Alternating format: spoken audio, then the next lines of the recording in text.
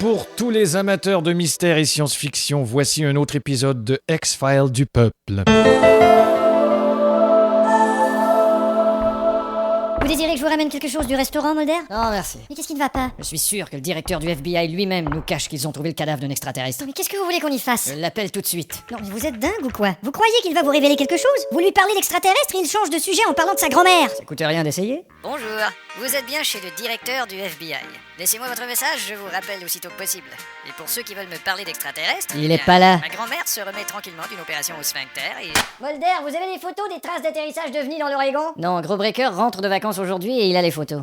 Salut! Ah, Gros Breaker, nous vous attendions. Vous avez passé de bonnes vacances? Super, je suis en pleine forme. Bon, ça va, montrez-nous vite les photos. D'accord, bon, il y a celle-ci. Oh mon Dieu, Ça doit être le corps qu'on a retrouvé près de l'OVNI. on dirait qu'il est décomposé. Dans quel secteur a été prise cette photo? Sur la plage de Nice. Quoi? C'est ma femme qui se fait bronzer.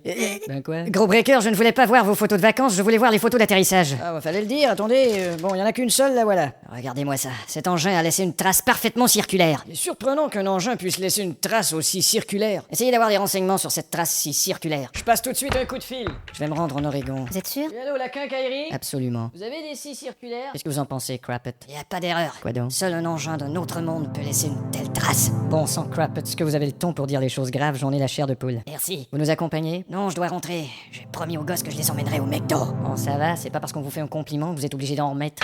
Inspecteur, on n'a aucune trace d'extraterrestre. Il faut continuer à chercher. Par les temps qui courent, on les retrouve dans des bars et dans de drôles de circonstances. Ouais, on est allé dans tous les bars. Et dans les drôles de circonstances? Ah, ça, on n'est pas allé encore. Eh ben, allez-y.